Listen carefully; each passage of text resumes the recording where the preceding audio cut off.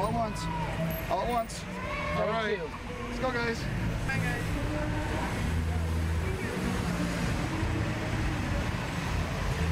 Thank you.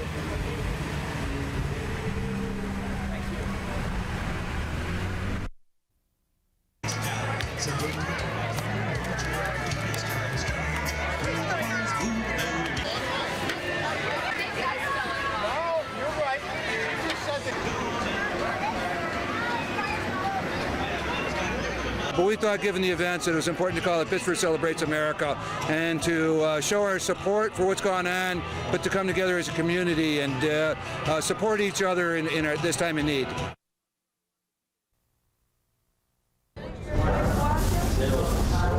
At airports across the country, security checkpoint screeners are trained using technology created by Safe Passage, a company based in Henrietta.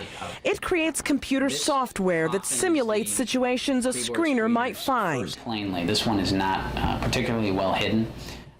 The program even has a threat library that teaches screeners about the types of weapons that can be smuggled in luggage. The system automatically keeps track of screeners' performance, then customizes future tests. We maintain instruction in strong areas, but our emphasis is on their weak areas so that they improve their overall skill level. It's not just guns and knives. Screeners must also be able to detect items that could be put together in a certain way to create a weapon.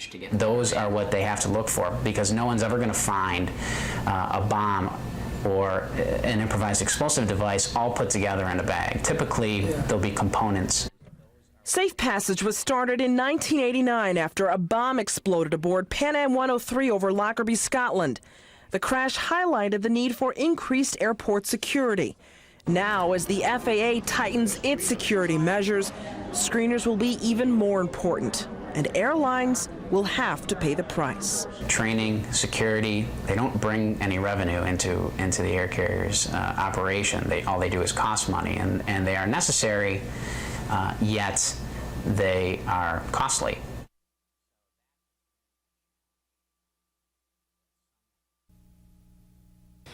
Dear third grader, how are you? I hope you are doing well.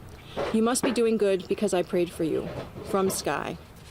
That's just one letter of hundreds, maybe thousands, which Catherine Howard is hoping will be sent to her so she can forward them to New York City and Washington, D.C.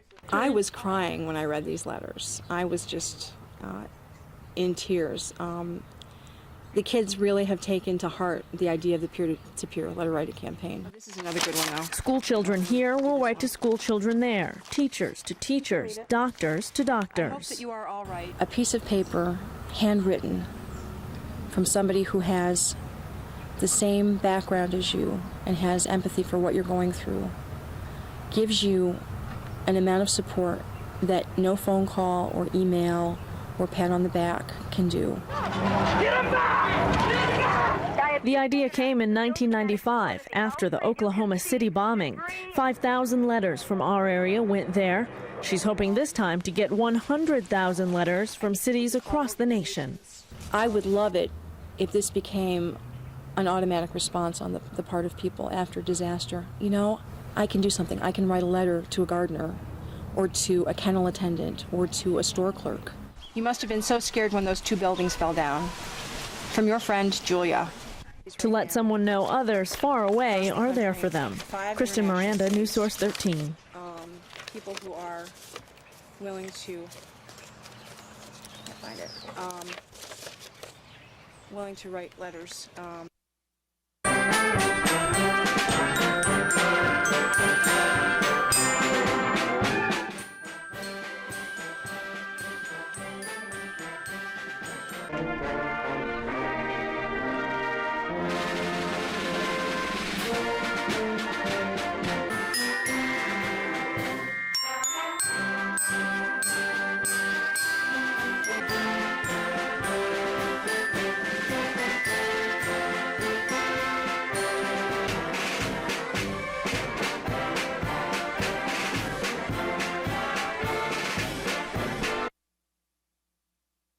All right, he's making us on TV 6 and 11.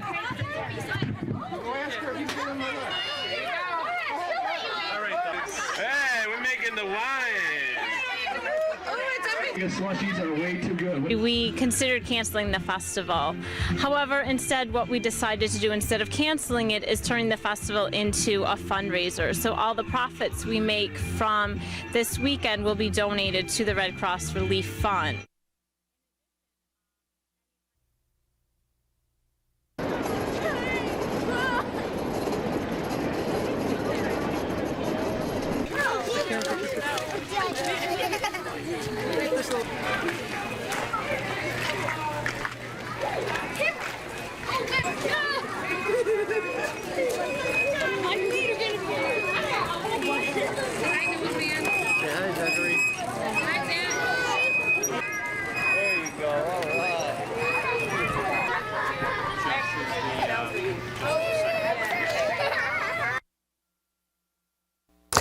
I'm moving.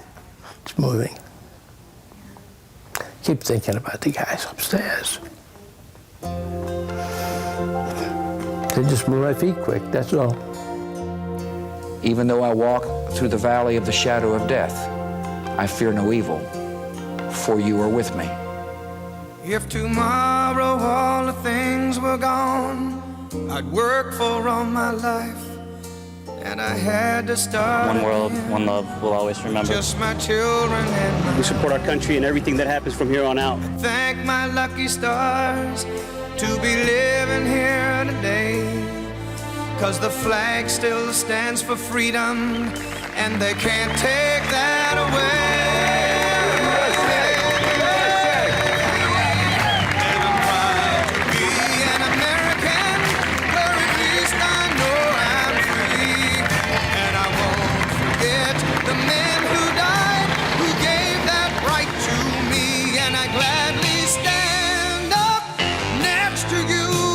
Defend her still today, 'cause there ain't no doubt I love this land.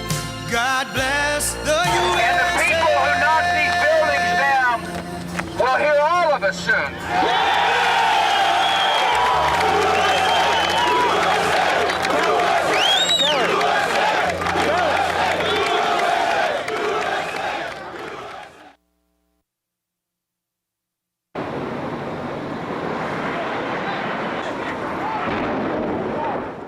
You can't even imagine what it feels like to not know where to run, not know anybody, not know where you're safe.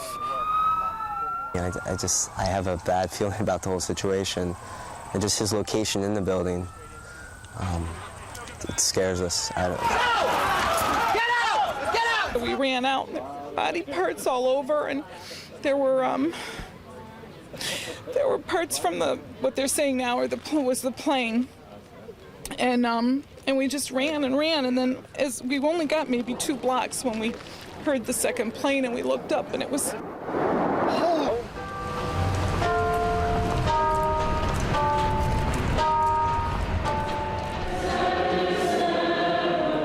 Our country has never faced anything this large before, but I'm sure we can rise to the challenge.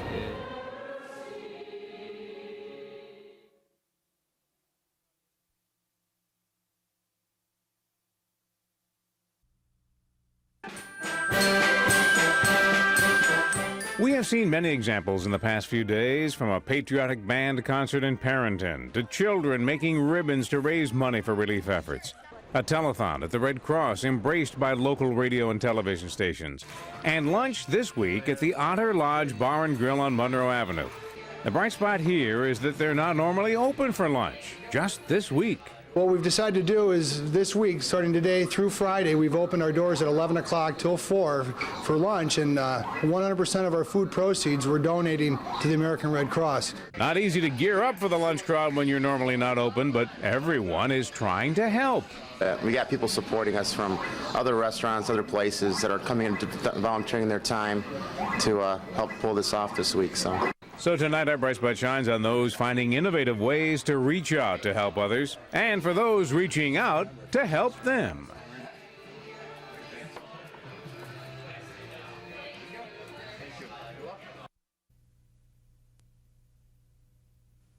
Yes, Dan?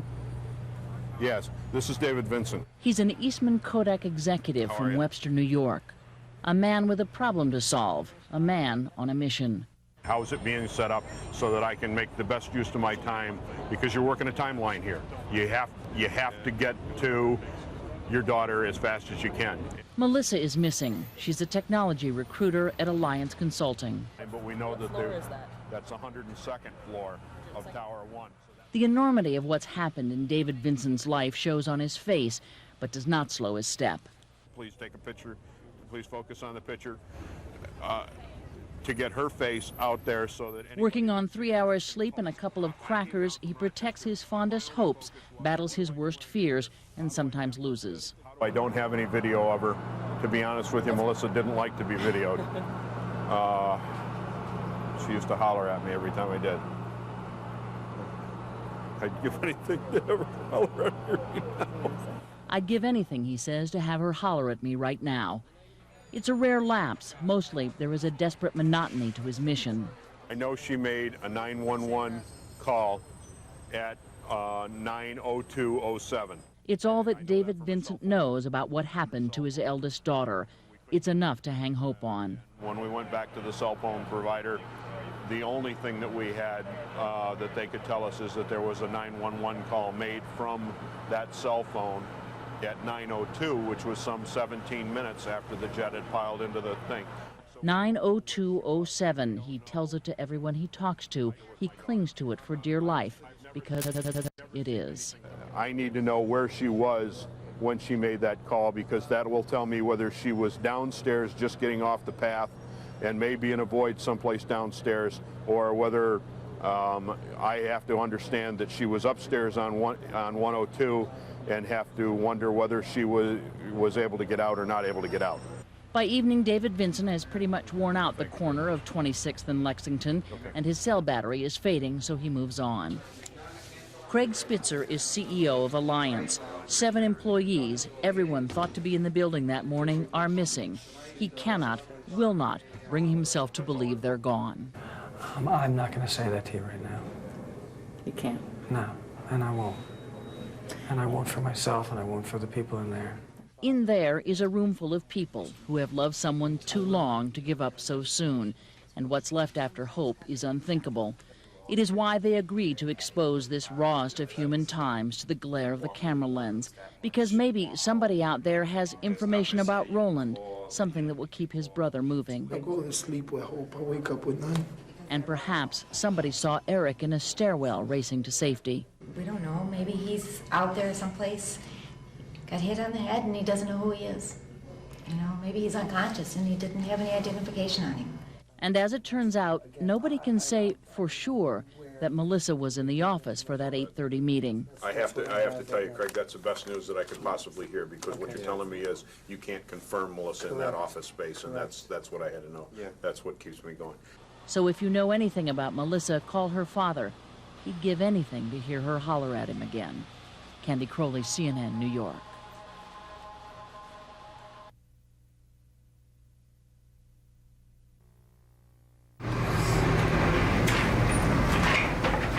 Maria Rodriguez tried to join the Army today. I want to be there for when, America is, going through what they're going through now. I want to be there to help. Yeah, and I want you to sign and date. This is like a little contract stating that you're going to do the right thing. Ephraim Beckeru signed up more than a month ago, never thinking he could go to war. He leaves for basic training on Thursday. I'm very nervous, especially after what happened. And I heard that they're going to be even harder on us now. So I just got to go in there and hopefully get through it. U.S. Army Recruiting Sergeant Robinson speaking. Army recruiters say there's been about a 25% jump in the number of phone calls and walk-in visits to the recruiting center. I've been a recruiter for about 14 years, so this is about the second time I've seen something like this. The first time was Desert Storm. And it's very heartening, very enlightening to see this happening.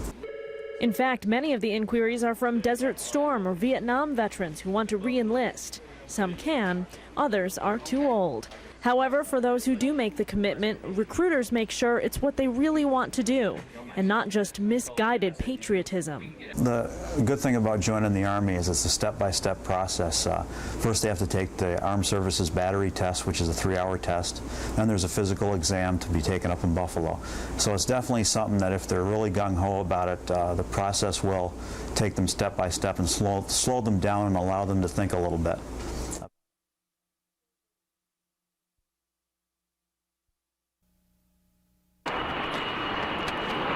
Planes are flying in and out of the airport, but there are very few people at the ticket counters today, and only a small number are boarding planes. This passenger flew from Connecticut to Rochester because he said he figured it would be safe. I probably wouldn't fly to a major airport right now, but I figured it was a little commuter flight. Milagros McClendon, on the other hand, has a much longer flight. She's heading to Missouri. A little nervous, but I'm fine with it, though. I'm a little nervous. My family's more scared than I am. So. But I'm fine. I'm just hoping that I can actually get out today. McClendon, like others, had to wait a couple of days because flights have been canceled. Several flights were still canceled today. McClendon says she has to get back because she has to return to Leonard Wood Army Base in Missouri. She says she's more nervous about flying than the thought of returning to base only to possibly head off to war. Whatever I have to do for my country.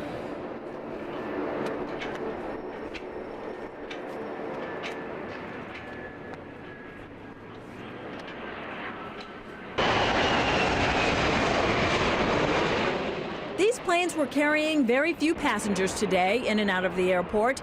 The lines at the ticket counters were much shorter than normal. Some of the travelers we spoke with told us they weren't happy about flying, but many, like Candace Greiser and her family, didn't have a choice. The Greisers are heading back to an Army base in Germany. We feel we can do more good on the Army post where we live and work than we can here. Milagros McClendon is also heading back to an Army base. She's heading to Leonardwood, Missouri. She says she's more afraid of flying than the thought of possibly heading to war. A little nervous, but I'm fine with it, though. I'm a little nervous. My family's more scared than I am. Both passengers noticed the heightened security when they arrived. Greiser said it's something that she's already used to. Security in Europe is very much more than it is here. There are armed guards in the airport normally, and they ask a lot more questions before you get on the airplane about what's in your suitcase, what are you carrying, how long have you owned your suitcase. McClendon said this was the first time her family didn't walk her to the gate. As part of the new security measures, there's no curbside check-in. Drivers can no longer park or wait at the curb. It might be a little inconvenient, but it's more than worth it. To feel safer.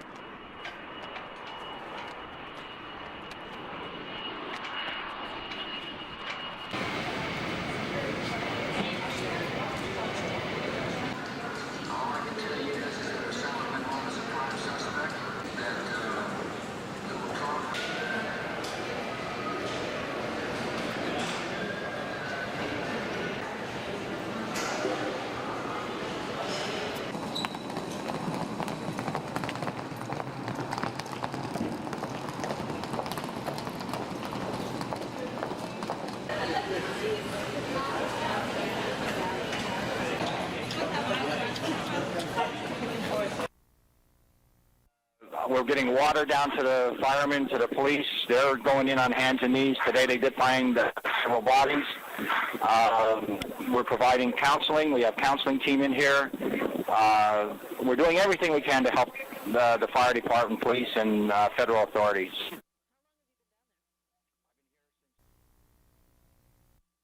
And I also think that the Israelis who we met with had the feeling that now others would understand, others would get it in terms of what they've been living at and living with for years.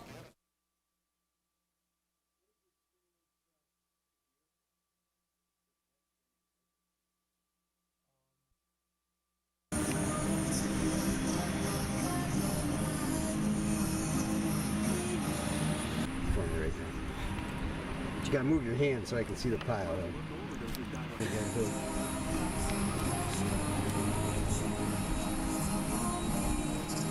But you know what? It brought everybody so close.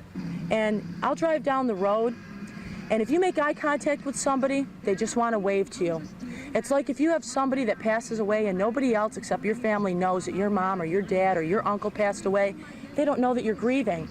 But right now, everybody's grieving, and everybody feels the same way. And everybody just, when they wave or smile, it's a way of saying, I feel what you're feeling. I know what you're going through.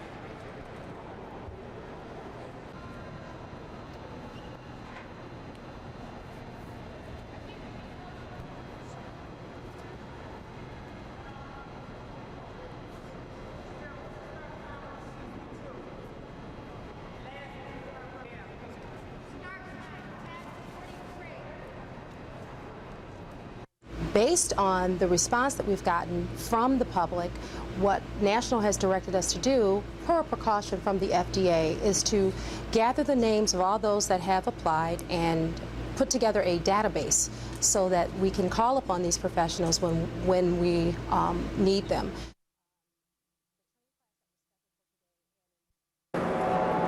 Just as Tuesday's terrorist attack shocked most Americans, it also put our economy into a state of shock. This is a shock to the nation, both in terms of the economic system, but also in terms of international leadership on economic issues. In his book, The Credit Card Nation, RIT professor and author Robert Manning warned that consumer spending was driving us into a recession because people are living on credit. Now he says the threat of a recession is even more real because people and businesses are losing money on the stock market, and banks are more reluctant to help bail them out. Many of our small mom and pop shops and medium-sized small businesses are very worried that banks are not going to offer and extend to them credit that they've come to rely on. Local financial planners are more optimistic. They say the reopening of the stock market is a sign of hope that we are rebounding from a national tragedy. I think that you could have seen things be a lot worse if people weren't as educated as they are now. Analysts say the plunge in stock prices was predicted. And while everyone will suffer losses in the short term because of 401k and other investments, they believe the market will start to recover in about 2 weeks. Most 401k assets are in some sort of equity or stock position. And historically, the longest market cycles are between 5 and 7 years. You're going to see volatility, you're going to see losses, but as long as you stay in the market for at least 7 years, the odds historically are they always get back to a profitable position.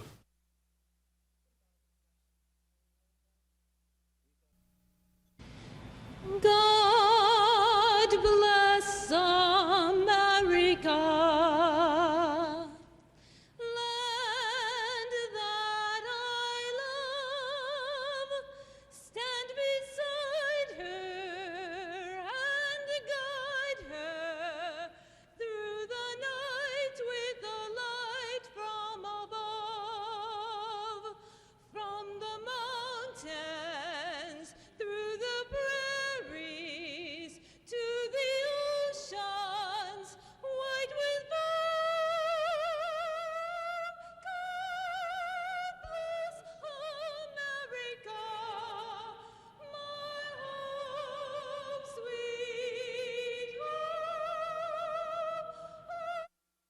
God bless America,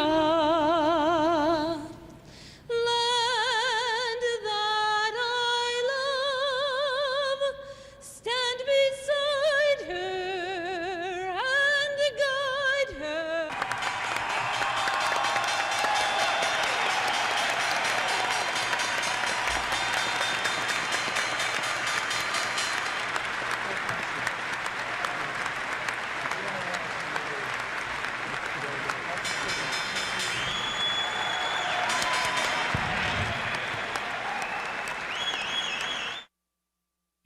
It's another beautiful day in Lower Manhattan. Wait a long time, 2 years ago.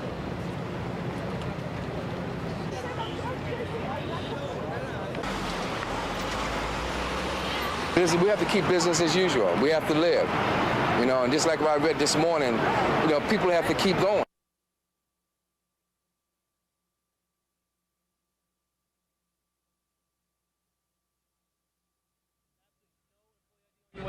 I don't have something. No pay stub on you? No, no, I don't have. Because on a Friday, I have to run and we have to leave everything in the office. I have a business card or anything that says you go to the building. Osama bin Mohammed bin Awad bin Laden. That's his full name. He stands 6'4". He's born in 1957, one of 53 siblings, some of whom live in the United States. His family comes from here, Hadramaut, a remote and poor region of Yemen known for its ancient clay skyscrapers. But bin Laden's father, Mohammed, moved to Saudi Arabia and made a $5 billion fortune in construction. Osama bin Laden grew up in the lifestyle of a wealthy young man. But in 1979, at the age of 22, Osama broke away from the comfort of his well-heeled youth to answer the call of jihad, to fight the Russians in Afghanistan. He started organizing and funding the Mujahideen fighters, using the family construction equipment to dig battlefield trenches. I think the critical factor here is not that Osama by himself was an effective fighter. He was not. He built roads. He brought some of the expertise of his family, which was construction, road building. But when I met bin Laden in an Afghanistan mountaintop hideout in 1998, he told me stories of fighting on the front lines. They used poisonous gas against us. I was subjected to this. They used airplanes against our position. We lost many fighters, but we were able to deter many commando attacks, unlike anything before. Bin Laden's Russian-made AK-47 is never far from him. He even takes it to the restroom. His followers told me he won it in hand-to-hand combat with a Russian soldier. In the war against the Russians in Afghanistan, bin Laden and the U.S. were on the same side. So what made bin Laden turn on America? It was the early days of the Gulf War, when American soldiers were based in Saudi Arabia. Bin Laden considers that sacred Muslim land. And bin Laden has many followers who, like the hijackers of last week, are willing to die for his cause. The man is adored by his followers. Barry Atwan, an Arab-language newspaper editor, has met bin Laden. He gave up wealth, he gave up money, and he decided to go and fight for Muslim causes until he dies as a martyr. Bin Laden has been under the CIA's microscope for years.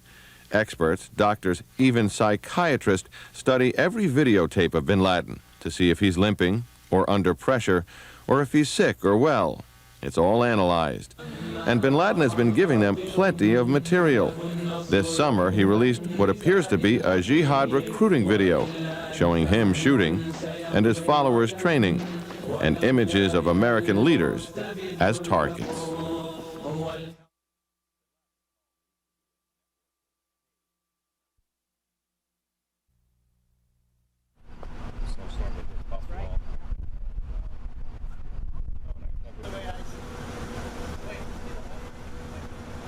When we first arrived down at Ground Zero, we were saddened and just in disbelief as to the amount of damage that had occurred down there. And then, honestly, anger started taking over.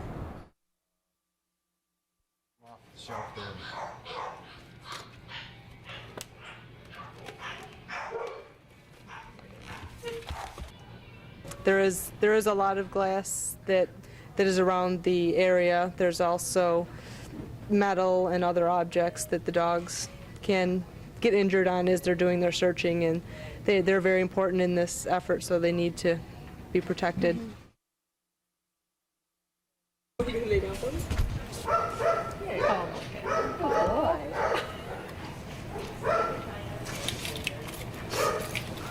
Come, Boo.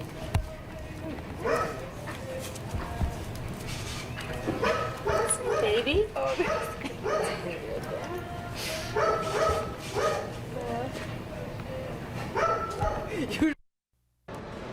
The American Red Cross in our area has collected more than 3,000 pints of blood since the terrorist attacks in New York City and Washington last Tuesday.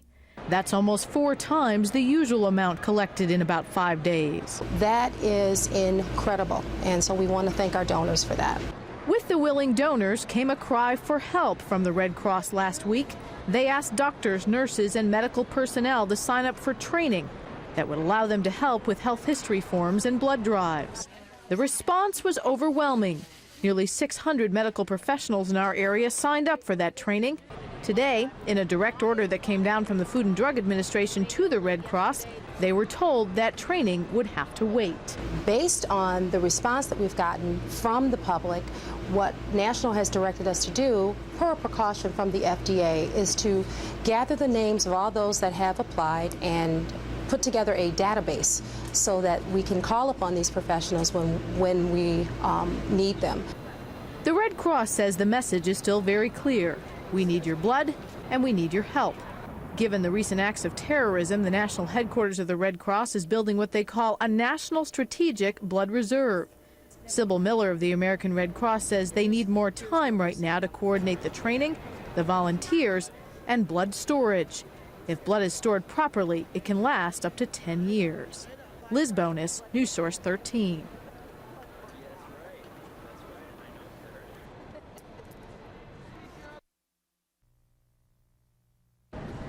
Stan Patikevitz is a sky cap. His job is to help disabled passengers get where they need to go inside the airport. He's always had to keep an eye out for anything suspicious, but he's even more careful now. I think that's part of everybody's job, is to look out for those type of things. Unusual situations, like if I go through the parking lot, I see a car that looks like it's been there too long, I'll report that. Or if there's people hanging around someplace where they shouldn't be, we'll report that. Judy Dana and her husband are flying to Florida this week. They welcome the extra security and say restrictions should be even tighter. I'm hearing stories of certain people that have gotten through with things on their key ring or whatever, and I think they should, not allow anything to go through that could be dangerous. It's sad that you have to worry about that, but it's true. I mean, they should be very, stringent on what they allow. But the careful attention to detail has made some passengers feel uneasy. Many have canceled their flight plans. Employees we talked to say some flights are only half full. Dana says she's not letting anything get in her way. You got to keep living. You got to go on. You can't be, I think the whole idea behind terrorism is to frighten people into changing the way they live. And I think it's very important that people try to just, continue with as much normalcy as possible. For millions of passengers, tight security is the norm, and all signs indicate it's here to stay. Norma Holland, News Source 13.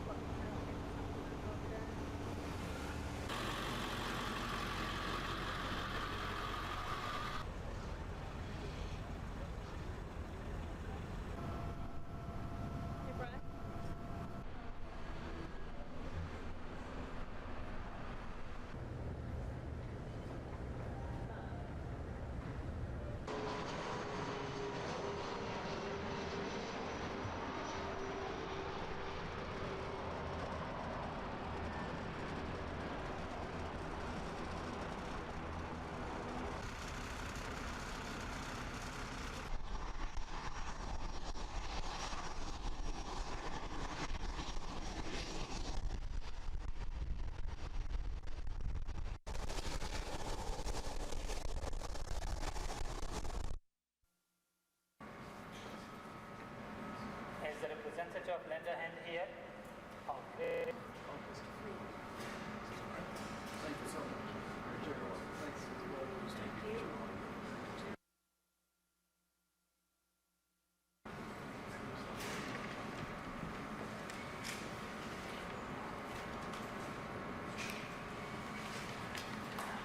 You know, we come to the next stage, the community along that we all.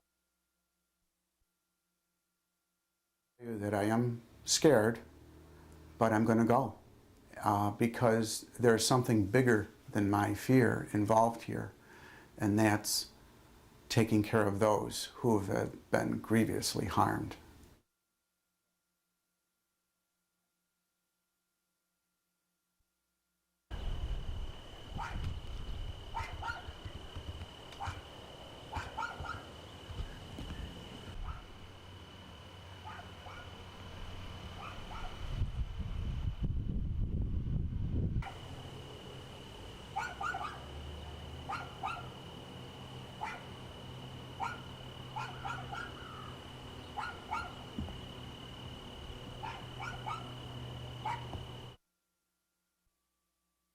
The flag should always be flown with the stars, or called the Caton, at the top left side. So if it's flying, it should be like this. If it's hanging, it should be like this, so that the stars are always at the top left side of the flag.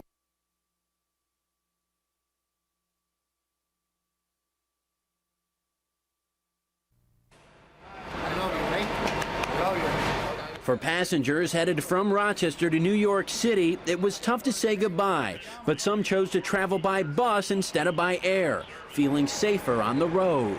I thought about taking the train, but it was more expensive, so I took the bus, and it was more safely. To make passengers feel safer, bus companies have added security to their terminals. They're asking passengers for names before they buy a ticket, and they're under direction from the FBI to look for anything suspicious. I think it's good that we're taking these security measures. We want, naturally, the number one priority has to be safety of our employees and passengers, and so far it's gone very, very smooth. The new measures come during a busy week for buses and trains. Some routes have seen the number of passengers double. For whatever reason, people are choosing to travel by train more often. Amtrak says in the past week they've seen a 50% increase in ticket sales. But now that people are getting home, they're staying home, and no one knows if troubled times are ahead for everyone in the transportation industry. It's hard to predict the future. We feel that people are just a little bit edgy right now and are comfortable staying home.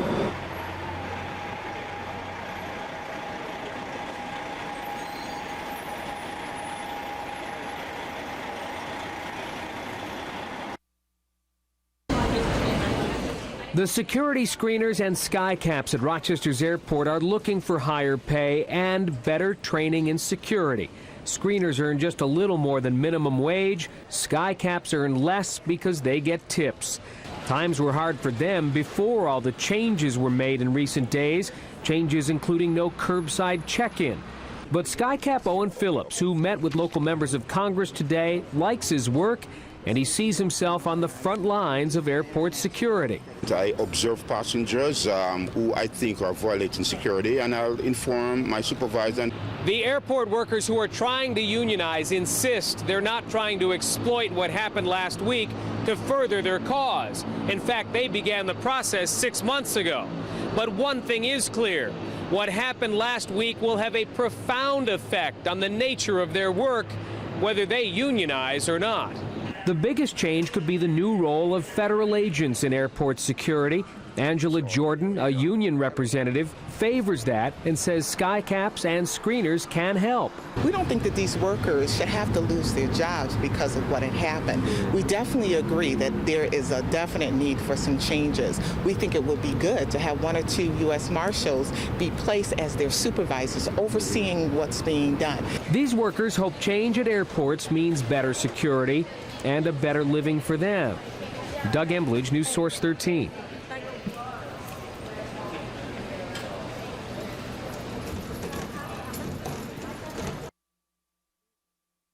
I supported helping the airlines. I know that it's critical for us to have air travel.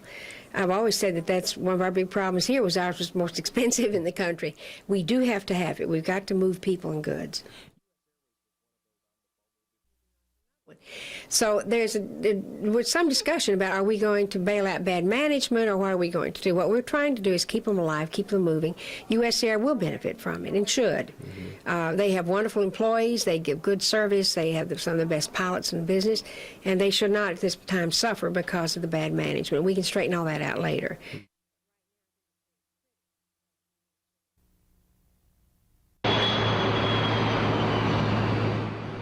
A field worker at the airport who takes care of the runways and grounds is facing possible termination after he made jokes about terrorism over a two-way radio. I guess he thought it was horseplay. It's obviously much more serious than that. Was horsing around with other employees on our radio, our internal radio system in the airport, and made some comments. That worker's comments didn't pose a security issue, so Slaybaugh says his airport clearance wasn't revoked. But the baggage handler lost his access to secure areas at the airport after police and the FBI contacted airport officials about his behavior. I received information. I made a decision to revoke his security, which is my responsibility, and that the measures that we've taken right now are strictly precautionary. We don't think there were any security breaches or threats to our facility. The airport doesn't do criminal background checks on workers unless they can't provide a 10-year work history. This baggage handler met those requirements, but Sheriff Patrick O'Flynn says the employee's comments and behavior did pose a problem. You get people that, are just not appropriate to be working in that environment for a lot of reasons. The FBI will only tell us that hundreds of workers here at Rochester's airport have been questioned and interviewed since Tuesday's terrorist attack, but none have been detained or arrested. Scott Fox was boarding a plane for the first time today since Tuesday's attack. He's glad workers and passengers are being more closely watched. I'm just glad that they're checking out everything that they possibly can to make it as safe as possible to fly.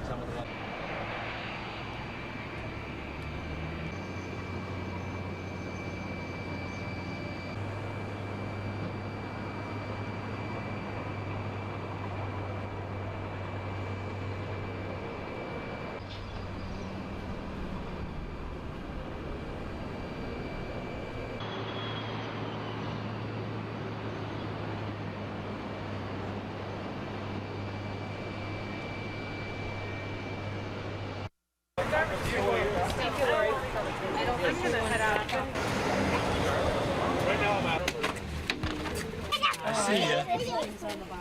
I have practice. I have mine. Can I have one of your flags? A special attachment to New York, and we wanted to include her feelings and thoughts on the box. I don't think so. Yeah, the only thing that's a little white on the eagle is the hat. There's no else.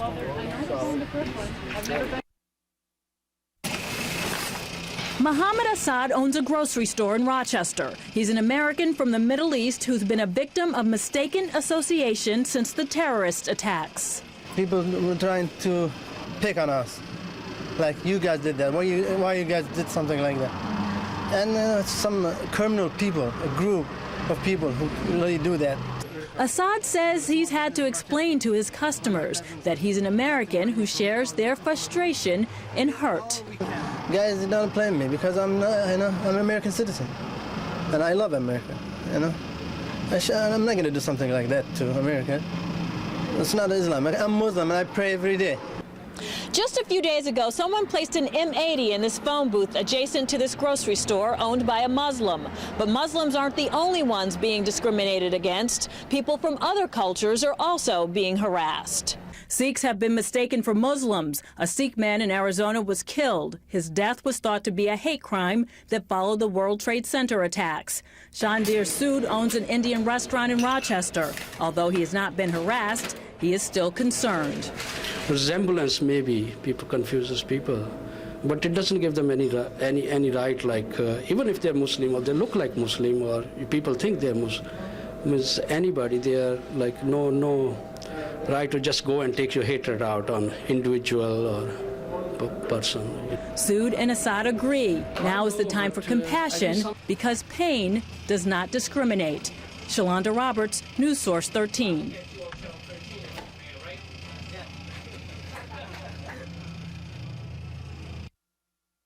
Still waiting for the rest of the guys.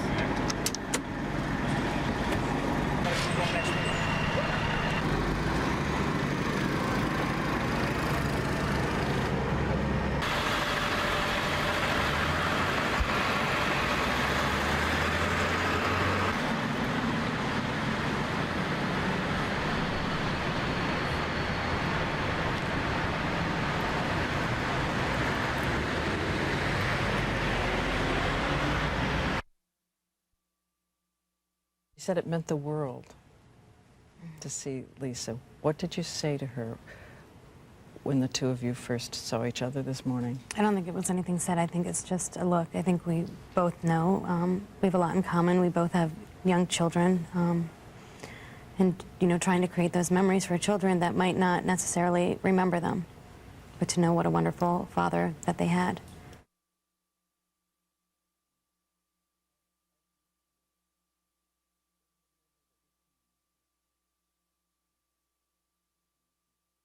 I told him to go ahead and do it. I trusted his instinct, and I said, do what you have to do.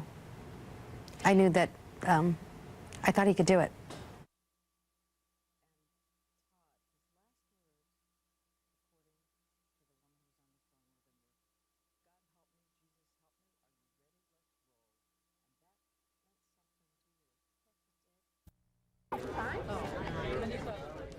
There was no hiding patriotism tonight. It took the form of American flags, hung from clothing and hoisted high in the air by an honor guard. It brings back some memories as far as walking in the gates tonight and seeing a guard on the gate.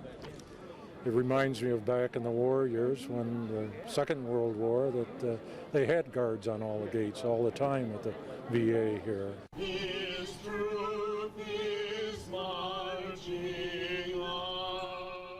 At the Veterans Administration Center in Canandaigua, people sang, prayed, and reflected on the local impact of our national disaster. Jim Taylor was a medic during the Korean War. He's seen people die. He has also seen life triumph over the odds. God help them, I hope, with a real hope, that they'll find others alive. There's always hope. When there's life, there's hope. Natalie Baker was a high school student during World War II. She remembers how America reacted to Pearl Harbor and how it survived. World War II took time, and we had that same cohesiveness. Everybody coming together, doing without, getting along, surviving, and we will do that now.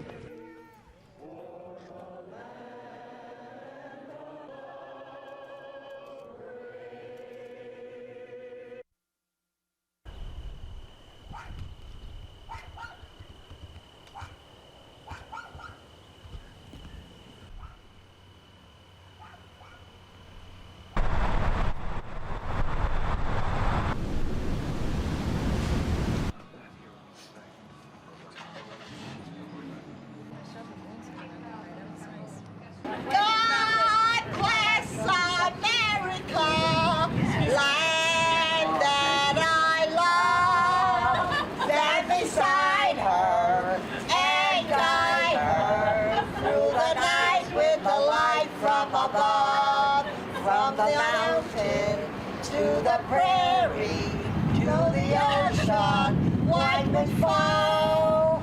God bless America, my home, sweet home. God bless America. Thank you very much. I hope you enjoy your trip. Reverend Norval Goff made plans to fly to Hawaii months ago. After last week's tragedy, he had concerns about flying. Still, he's made the decision to board his flight tomorrow. Most certainly based on what the President of the United States and all other governmental officials and all the updates we have received, I'm confident that the airways are safe. Reverend Goff is among the few. Many people are still reluctant to fly. There are a lot of cancellations. A lot of people are afraid, and a lot of people are calling to ask what to do for the future. The people who work for AAA have seen an increase in the request for triptychs and road maps. Some of that is because of the fear of flying, of course, but the majority of it, we really want everyone to know, is that it's predominantly because of the uncertainty of when flights are going to fly. A new reservation, okay. Still, it's a situation that has hurt business for travel agents. Travel agents are not only worried about their clients' reluctancy to fly, they're also concerned about the somewhat grim future for air carriers. Airlines are laying off up to 100,000 employees and are expected to cut back flights by as much as 30%. And it's going to affect everybody all over the country, and even us here in Rochester. So clients are going to have less choices, less flights to go on. Perhaps will also affect the pricing of the flights. At least until more people have faith in flying again. Shalonda Roberts, News Source 13.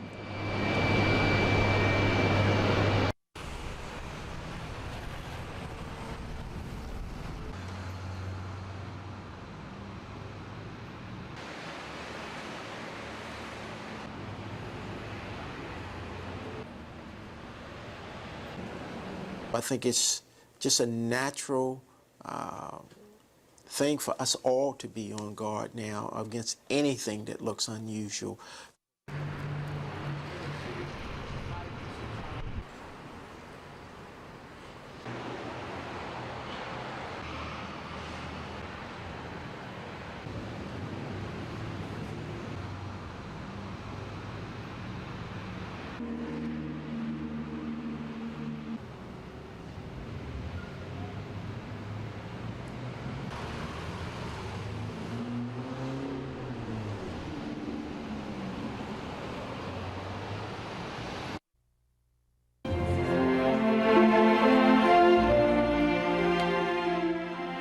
In a week where so many have given so much, Rochester's gifted musicians say this is their turn.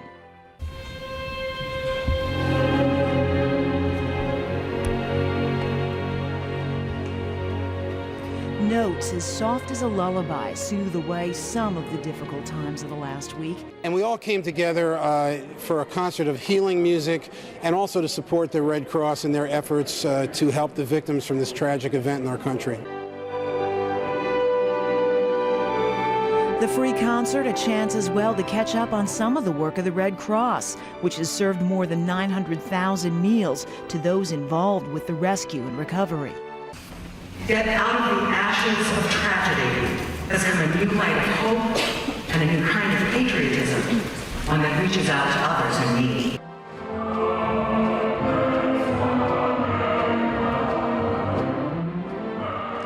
In a week of fear and sadness, people here continue to respond with help and hope. Jane Flash, News Source 13.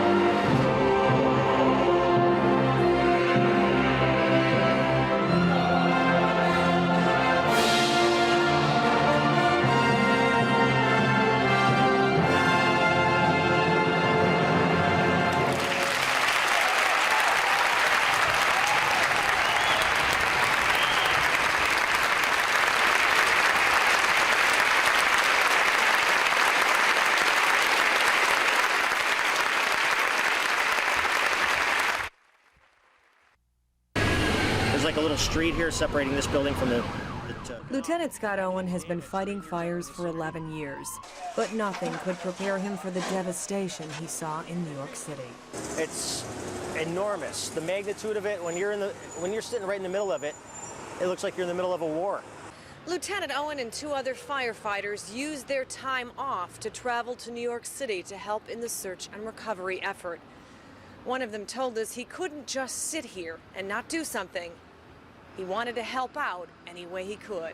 I've seen death in the Marine Corps in the Gulf, but nothing on this magnitude. Ray Palacios grew up in the Bronx. He knew 9 of the firefighters who died. He is still there helping out. Rochester Fire Captain Pete Rizzo returned home yesterday. Rizzo is part of the state's urban search and rescue team. Rochester Fire Chief Floyd Madison praised Rizzo and the other firefighters. 2/3 of this department volunteered to go to New York. And I've been getting phone calls from firefighters. What can we do? What is the department doing? The hardest part for these firefighters was knowing they couldn't do the job they were trained to do, save lives. Patrice Walsh, News Source 13.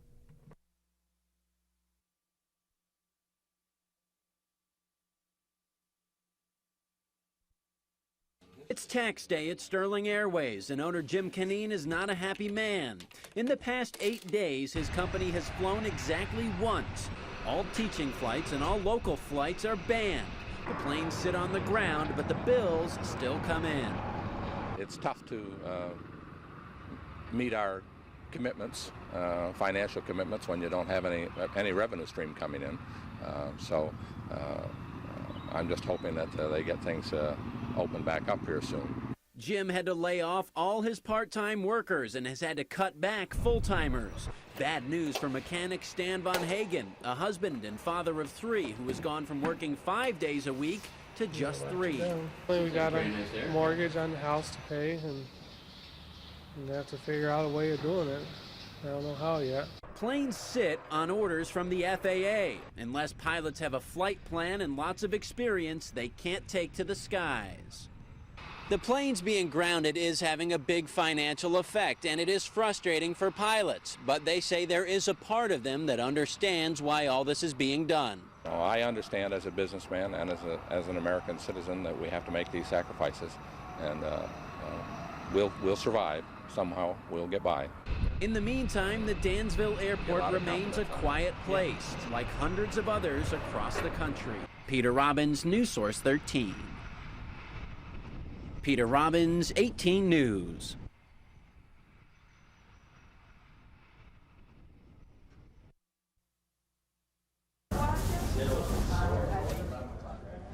When checking in at the airport, they ask for a picture ID, normally a driver's license. In the wake of last Tuesday's attack, lawmakers on Capitol Hill are considering a new form of ID, a national ID. At this point, Congress hasn't told us a lot about the idea, other than the cards would contain your fingerprint as well as travel records. I don't want us to go too far and start cataloging people or anything, because we are all Americans here, but security is uppermost in our minds right now. Lawmakers are also considering limiting visas and a new system to track those who are let into the country. They say national IDs are just one piece of the puzzle. A real large piece of the puzzle, because what it does is it provides that linkage of information that really help law enforcement authorities during investigations. Others say they don't like the idea. It reminds them of Hitler and Nazi Germany. The cards were a way to single out Jews, and it became a way to try to eliminate my undesirables. And now federal officials may use them to eliminate terrorists and hopefully prevent scenes like this from ever happening again. Brian Washington, News Source 13.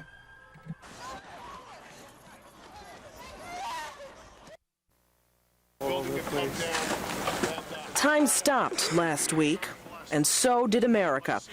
Planes stopped flying. Sports games stopped playing. You can feel it. You can feel it. You can see it. It's terribly sad. Even hit comedy shows stopped the usual jokes. It was time to mourn. But after more than a week of mourning, Sandra Cunningham has to do something else. I still move on with my life because I still have to live my life and I still have to do what I do, work. She has to go to school, you know, I have to go to other places. I have to go to the mall, you know. Sales at some stores at Marketplace Mall dropped after the attacks. This week, shoppers are coming back. Those looking for another kind of distraction head to the video store. Rentals at Blockbuster Video have increased. Comedies are especially popular. It's like overpowering most of the time, especially whenever you see the same footage day after day and hour after hour. It just gets to be too much and just gotta get away from everything. Finding other things to do doesn't mean forgetting. People we talked to today say Americans must strike a healthy balance between the two. It is important that now we start to move on. We've had a grieving period, and I think we should be ready to move on, but still continue to acknowledge what's happened and what's continuing to happen in New York and Washington. The hope among those eager to move on is that today's grief will lead Americans to tomorrow's triumph. Norma Holland, News Source 13. Put your mask on. Put your mask on. Now put it down.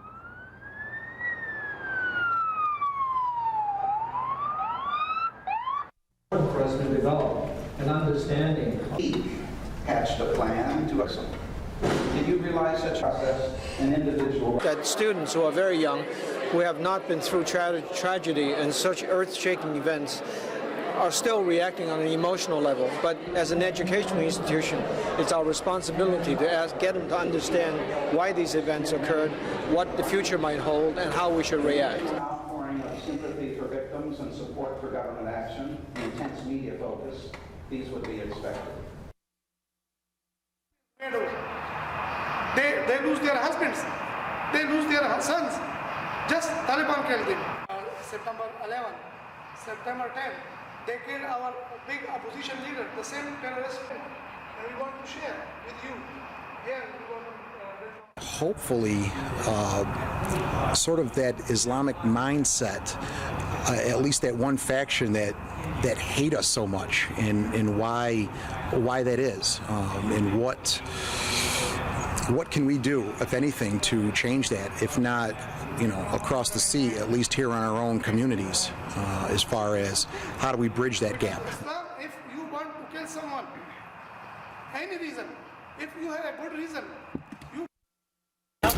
Please take notice of what's going on in our community. They're handing out flyers and putting up signs.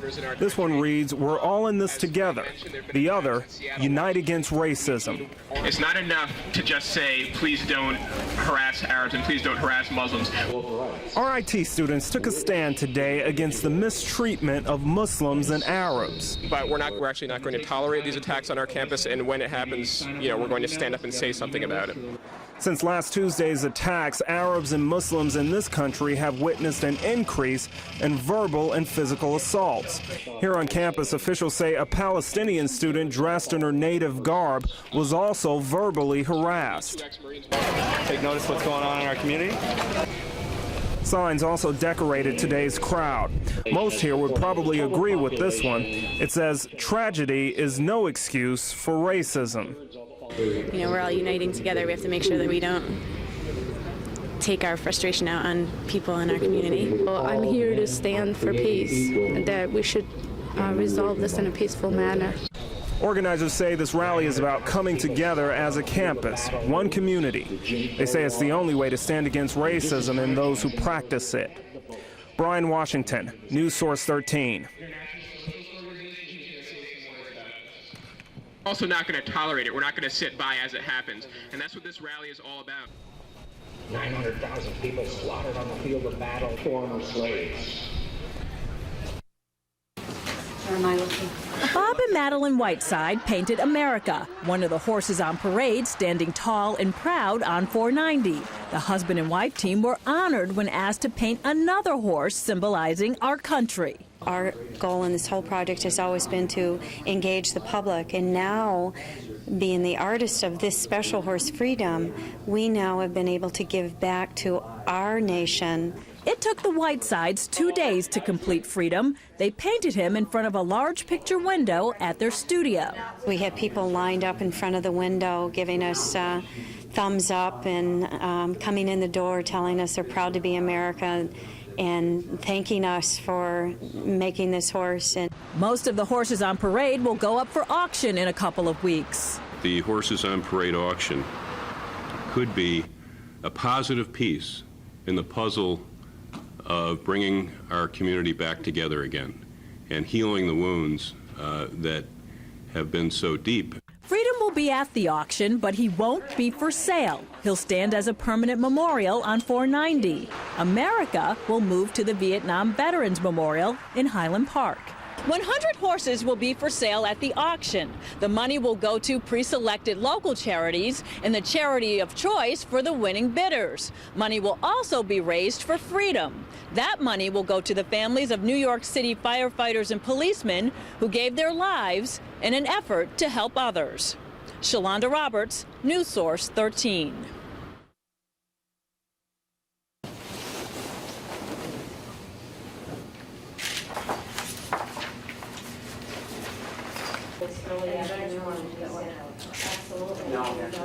Got together, the two of us, and changed our schedules. We were scheduled to go out so that we can.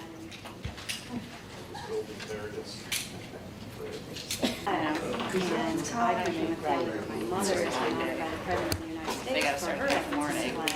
So wait until 10 at night. I did this. Their face would start trembling. They'd break down and cry and not be able to. I mean, you've seen literally the face of terror when you've talked to somebody who's at ground zero. The events Henry DePippo talks about, like the photos in his law office, could have been from last week. But they are 8 years old. He was the lead prosecutor on the first terrorist attack in the garage under the World Trade Center. We saw that heap. You know, we said, our grandkids will be prosecuting this thing. We'll never solve this. But one of the things I learned in that case is that nothing disappears. We all think of explosions like as vaporizations, and it just doesn't happen. Investigators found a chunk of the Ryder van that carried the explosives and tracked it to a rental office where one of the 4 suspects returned to get the deposit back. Now in private practice, Henry says he cannot forget what he learned about the men who would carry out this kind of terror. In 1993, they said they wanted to topple the towers. And it was some measure of at least these people weren't successful again. And frankly, when the towers went down, like a lot of us, I mean, it was awful because it wasn't like I thought they won, but I knew they thought they won. In 1993, investigators developed special techniques to find and successfully prosecute 4 terrorists with ties to Osama bin Laden. Investigators are using what they learned then to cast a wide net for the terrorists now, and they have something they didn't have back in 1993, the commitment of most of the rest of the world. Jane Flash, News Source 13.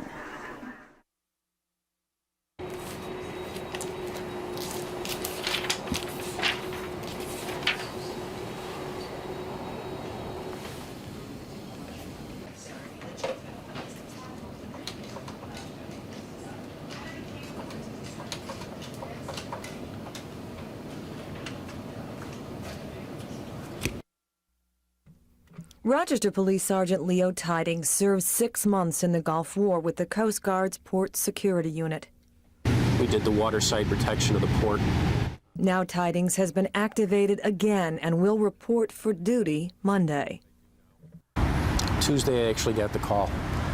I don't have a choice where I'm going to go. I really don't want to go overseas again, but the bottom line is if they send me, I go. Tidings says though many of the same reservists are being activated, this is much different than the Persian Gulf War. Is this a war? Yeah, philosophical war, but deadly enough to the philosophy to kill you. The reality is that if we are forced into an armed conflict, there are going to be casualties.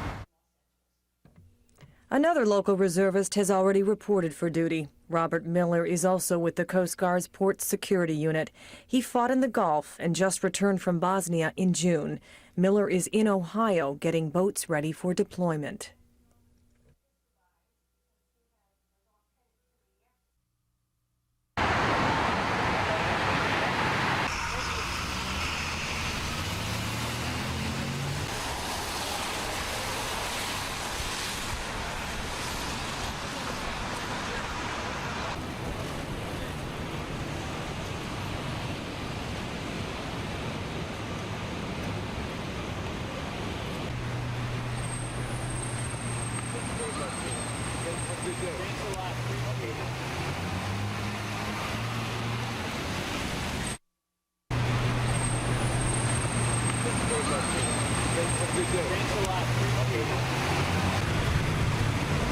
Thanks for everything. I appreciate it.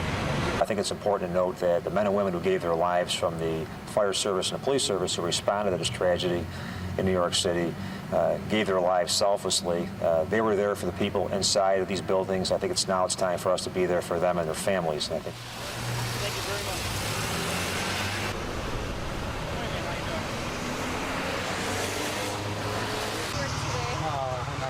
Thank you. See you later.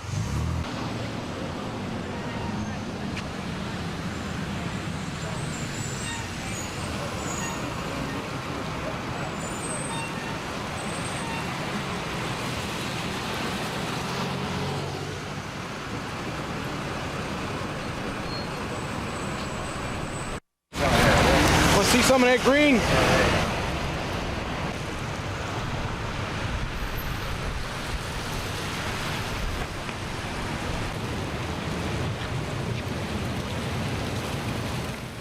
But I cannot underscore the importance of us trying to make an effort to assist those who lost their lives. And what we're trying to do is assist the loved ones, the wives, the children, the family members who were left behind.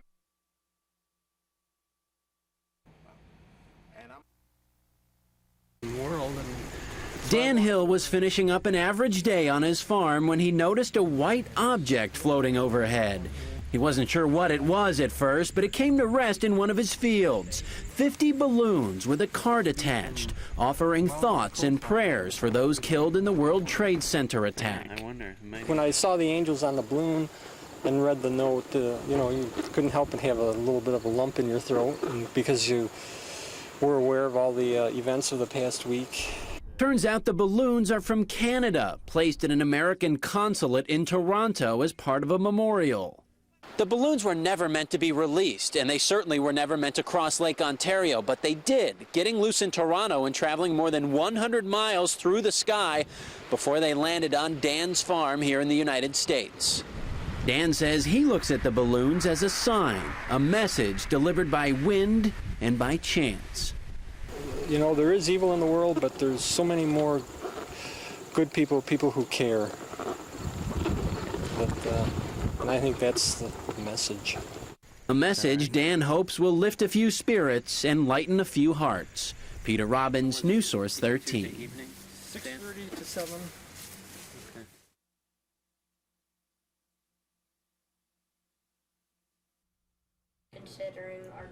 The last week has taught fifth graders like these lessons no one expected or wanted them to have to learn.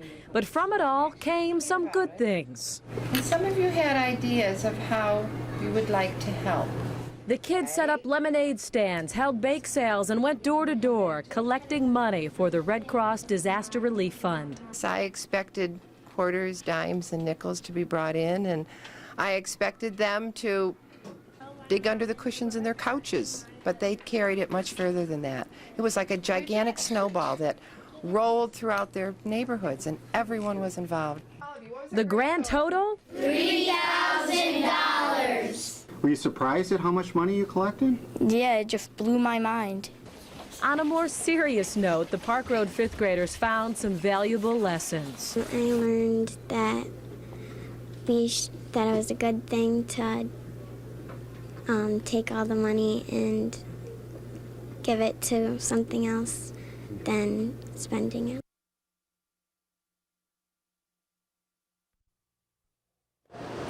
The trick to shoveling sand is that there is no trick. There is no better place to start than where we stand, no better way than straight ahead, and trust that, as before, we will find the strength we need. If ever we are beaten, it won't be by the challenge, but by our wanting it to be easy.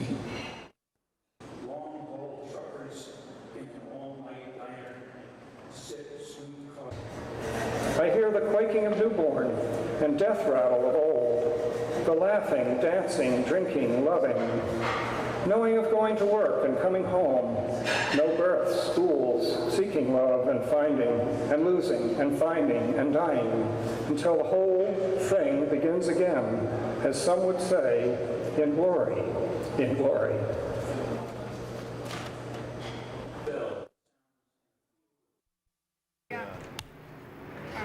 These white T-shirts, stitched with the World Trade Center, an American flag, and a firefighter's helmet, will help provide for the families of 9 brave men of Manhattan's Ladder Company number 25.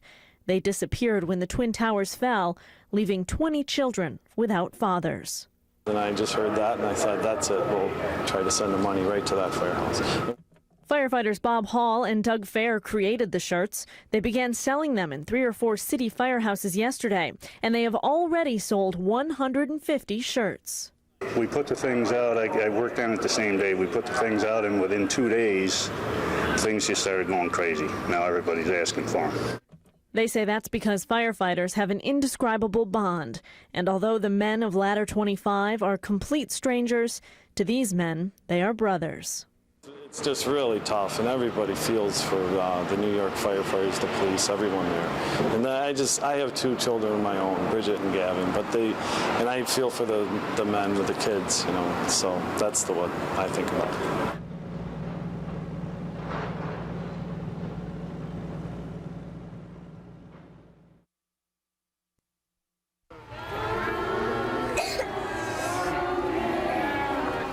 It is the song we have heard over and over this past week, a musical symbol of American solidarity in the wake of a terrorist attack on our nation. Students at the Rochester School for the Deaf may not hear the tune, but they can share the words through sign.